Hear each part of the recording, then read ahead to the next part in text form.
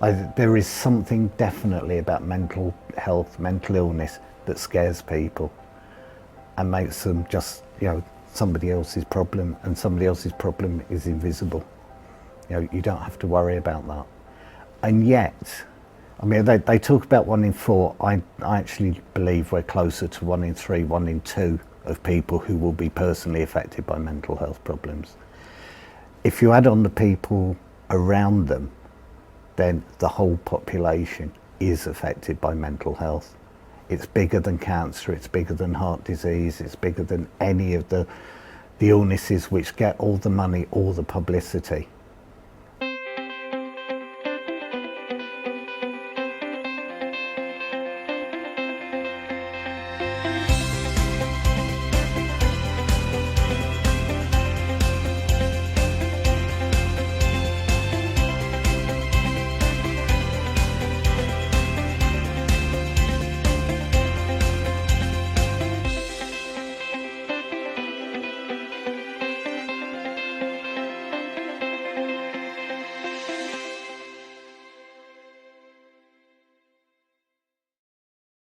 Stockport Mind should be a point of call because we provide either a service that people need or the information that they need in order to get the service that they want.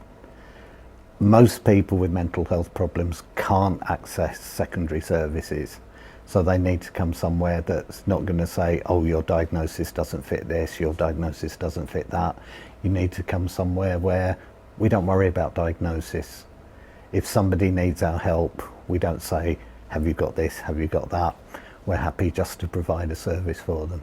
Well, we have the ability for people just to be able to walk through the door or ring up and ask for help.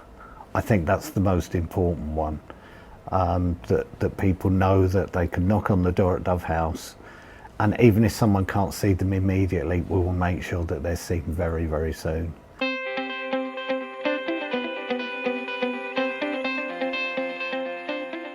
Life is hard at the moment for a lot of people, and I suppose the word of hope that I'd give to somebody is that nothing's impossible.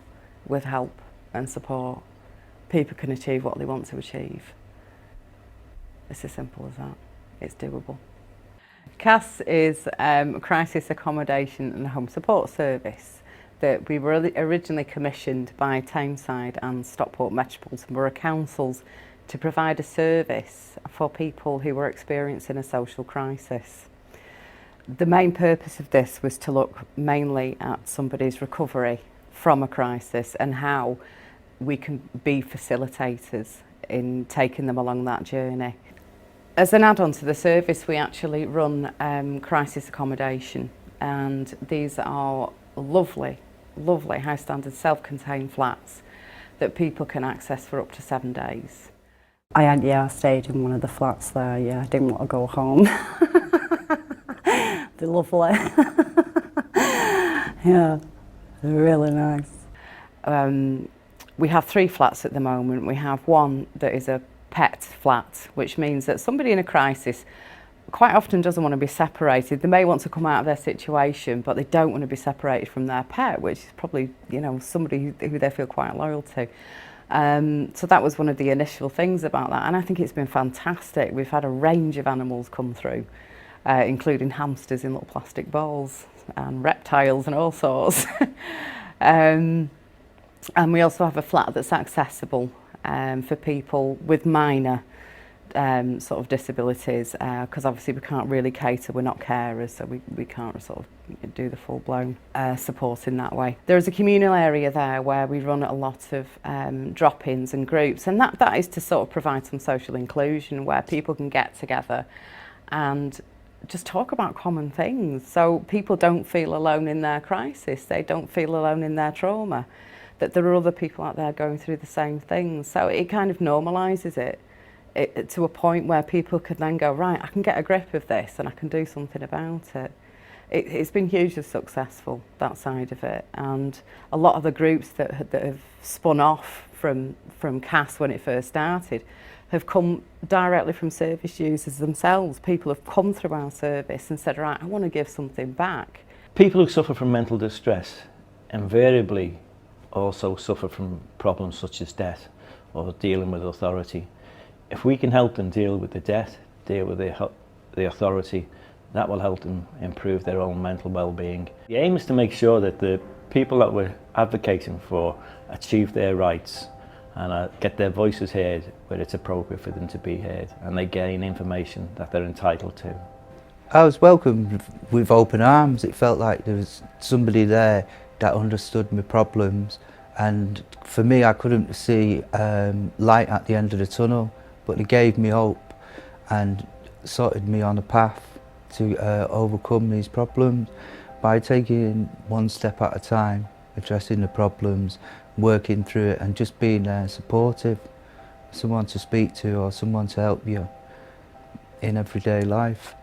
I'm really fond of our advocacy service and what they provide. And again, that's people just ringing in, turning up, talking to an advocate, and sometimes just a half an hour conversation. You can see them walking in, head bowed, shoulders down, walking out, head up, sometimes with a smile on their face, because somebody's listened to them, because somebody's seen their problems and not said, oh no, we can't deal with that, or oh, you're far too ill to do that. We don't do things like that. We try and empower people and give people the skills they need to help themselves, and that's so important. With the peer support, what we do is we assign a volunteer individual that we think pairs nicely with somebody who's on their pathway, and they can assist them attending groups. So they'll go along, walk into the room with them, so they're not walking into something on their own, so they've got that additional support there. They form relationships before that takes place, so they're comfortable with the individual, and they can attend the groups as long as the individual needs their support in place, really. The goal is to move people forward in the health, hence that's why we call it pathway planners. We're creating a pathway. If you imagine the whole world is a jungle, and it's hard to identify what support's in place and how do you access that. And so what the pathway planner is, it's almost clearing a path through the jungle and presenting different support networks that are available to them. Right, funding for Stockport Mind, funding for the voluntary sector, funding especially for mental health voluntary sector, can be very, very, very difficult. We're very fortunate in Stockport that the local council are immensely supportive, both of us and of mental health. We rely a lot on donations and things like the Fund Day, although I always say the importance of the Fund Day is awareness. Obviously we can't afford to lose money on it, and if we can make money, I think we made over £1,000 last year. We'd like to try and beat that this year. But even more importantly, if we get 3,000 people there being aware, if we break even, I'll be happy because we've achieved that awareness. If you would like to speak to us about any of the services we provide, please give us a call or drop into our office. Our address is Stockport and District Mind, 65 Union Street, Stockport, SK1 3NP. Give us a call today on 0161 480 7393 or email us info@stockportmind.org.uk.